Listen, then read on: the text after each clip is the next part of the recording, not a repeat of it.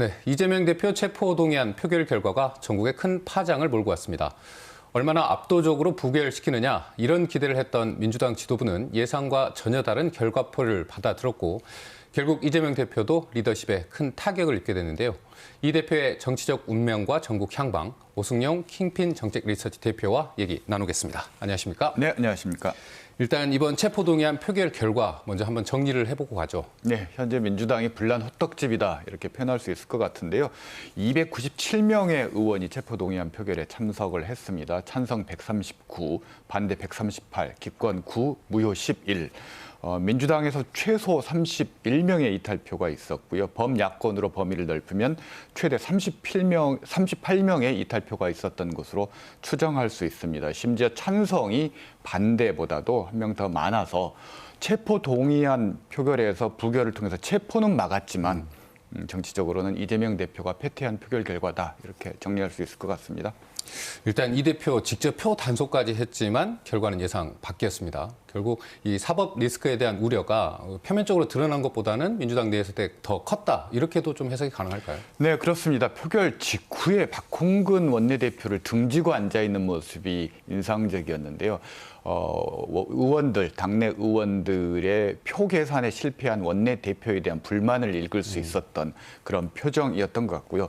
내부적으로는 수도권 내에서 지역구 의원과 친명계 비례대표 의원들 간의 갈등이 지역구 의원들의 행동으로 나타났다라는 그런 관측들이 많이 있는 것 같습니다. 그리고 두 번째로는 수도권 지역의 경우 총선에서 5%포인트 이내의 박빙 승부인데 현재와 같은 이재명 대표 사법 리스크 하에서는 총선 승리가 어렵다라는 위기의식도 작동을 했던 것 같습니다. 이런 요인들이 복합적으로 작용을 해서 이재명 대표 체제의 민주당의 변화가 필요하다는 일종의 경고 메시지를 던진 것이다. 이렇게 정리할 수 있을 것 같습니다. 말씀대로면 어쨌든 비명이든 친명이든 민주당 내에서는 이번 표결을 둘러싼 후폭풍 또 계속될 것 같습니다. 어떤가요?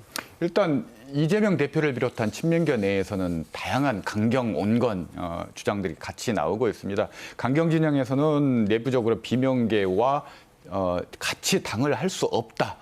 라는 강경한 이야기도 좀 흘러나오고 있고요.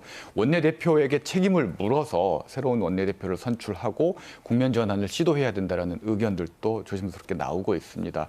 그리고 당 대표 공천을 현재의 대표 책임 공천에서 집단 공천 체제로 전환해서 타협점을 찾아야 된다는 온건론도 나오고 있는데요. 이와 관련해서 이재명 대표가 입장을 표명한 것 같지는 않습니다. 비명계 입장에서는 이번 표결 결과를 이재명 대표 체제에 대한 불신임으로 간주하고 대표직 사퇴를 압박할 것 같습니다.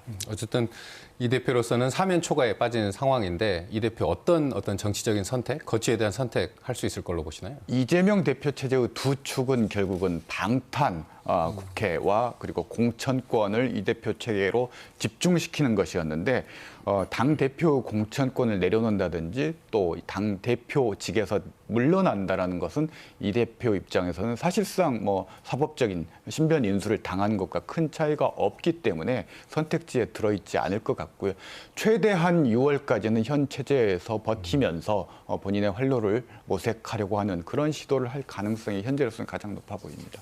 이번 표결에서 보면 광주 전남 국회의원 일부도 이탈표에 좀 참여했다 이렇게 이제 알려지고 있습니다. 그래서 사실 광주시당에는 이 관련된 당원들의 어떤 항의성 전화 이런 것도 빗발치고 있다고 하는데 지역 정치 지형에는 또 어떤 변화가 올 수 있을까요? 네, 일단 지역 지지자들 마음을 헤아려 본다면 안타까운 마음일 거고 충분히 그 부분은 이해할 수 있는 부분이긴 하지만 항의 전화를 하고 이런 것은 또 바람직한 것 같지는 않습니다.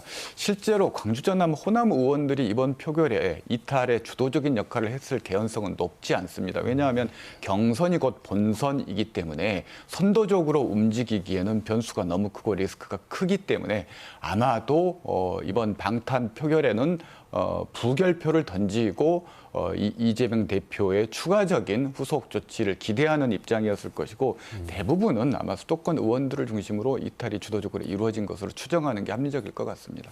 어쨌든 이런 분위기 또 얼마 전부터는 사실 이낙연 전 총리의 정계 복귀설도 솔솔 흘러나오고 있는 상황인데 이번 어떤 표결의 어떤 파장 이게 어떤 정계 복귀를 좀 앞당기는 신호탄이 될 수도 있을까요? 일단 은퇴한 적이 없기 때문에 복귀라는 것이 맞는지는 모르겠습니다만 6월 귀국은 확정적인 것 같고요.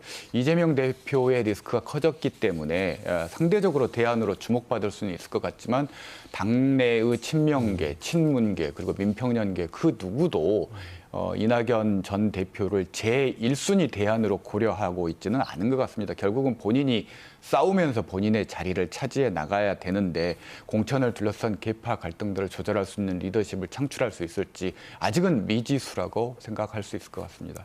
이번엔 좀 화제를 바꿔보죠. 국가수사본부장에 임명됐던 정순신 변호사가 하루 만에 사실 낙마했습니다. 사실상 어떤 현 정부의 인사검증 시스템의 문제점이 좀 드러났다, 여실히 드러났다 이런 평가들이 있는데 어떻게 보시나요? 일단 검증 시스템 측면에서 본다면 후보자 본인이 민형사 소송과 관련된 정보 제공에 대해서 동의하지 않으면 알기 어렵다라는 사실이 이번 검증 과정에서 나타났고요. 보다 본질적으로 본다면 검경 수사권 분리의 핵심적인 조직이 국수본인데 그 본부장 자리에 검사 출신을 추천했다라는 것은 제도 도입의 취지에 정면으로 반하는 조치이기 때문에 오히려 그 점을 좀 비판하는 것이 합리적일 것 같습니다. 네, 주요 정치 이슈 오승용 킹핀 정책 리서치 대표와 이야기 나눴습니다. 고맙습니다.